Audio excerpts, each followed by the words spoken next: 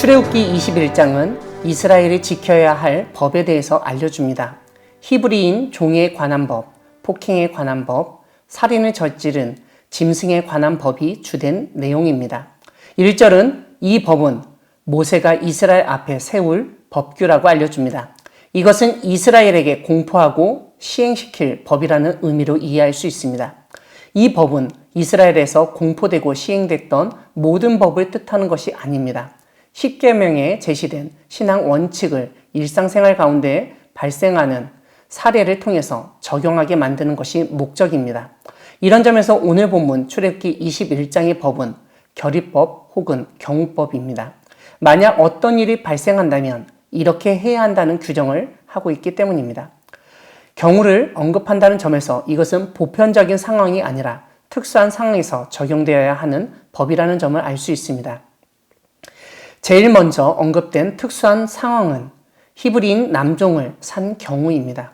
주인은 6년 동안 종으로 일하게 한 후 7년째는 몸값을 물지 않고 자유인이 되게끔 해야 한다고 가르칩니다.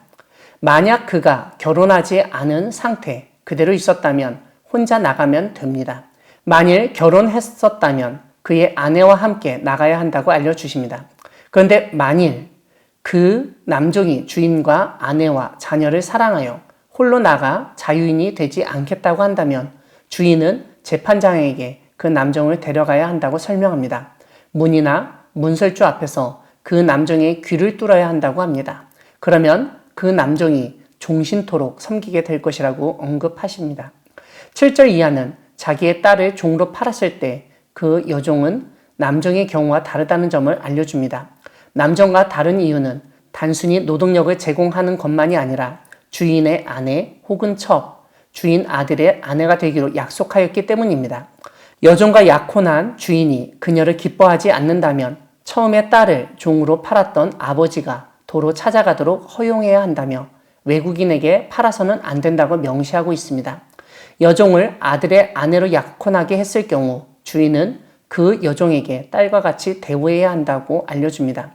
주인이 다른 아내를 얻더라도 그 여종의 음식과 의복 등을 계속 공급해야 한다고도 말씀하십니다.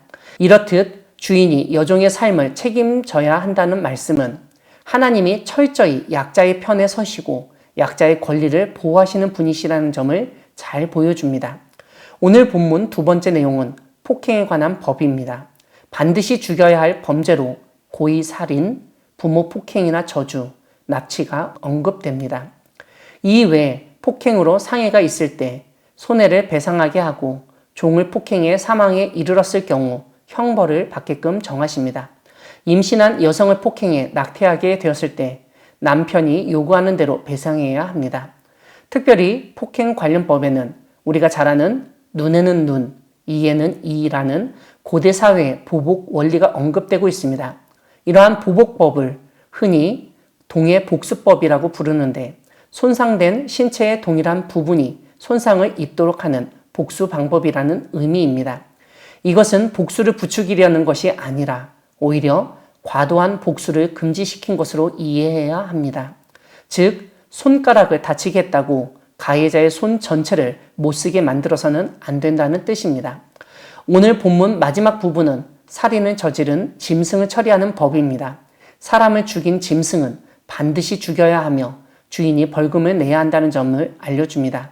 사랑하는 광야교회 성도 여러분, 하나님은 인간 사회에서 발생하는 부조리와 범죄 행위를 상기시키시며 각 사건마다 바람직한 해결책을 제시하십니다. 종을 부리는 문제에 있어서 종살이를 한 지 6년을 마쳤을 때 7년째는 남종을 자유케 하는 방법뿐만 아니라 약속이 지켜지지 않은 상황에서 여종의 권리를 보호하시는 분이심을 알려줍니다.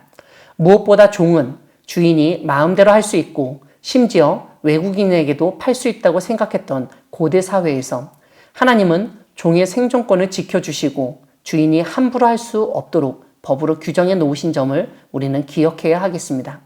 폭력의 문제에서 언급된 부모를 폭행하거나 저주하는 자에 대한 처벌은 부모를 공경하라는 계명을 지키지 않은 것과도 연결해서 이해할 수 있습니다. 특별히 현대 빈번히 발생하는 노인 학대에 경종을 울리는 말씀입니다.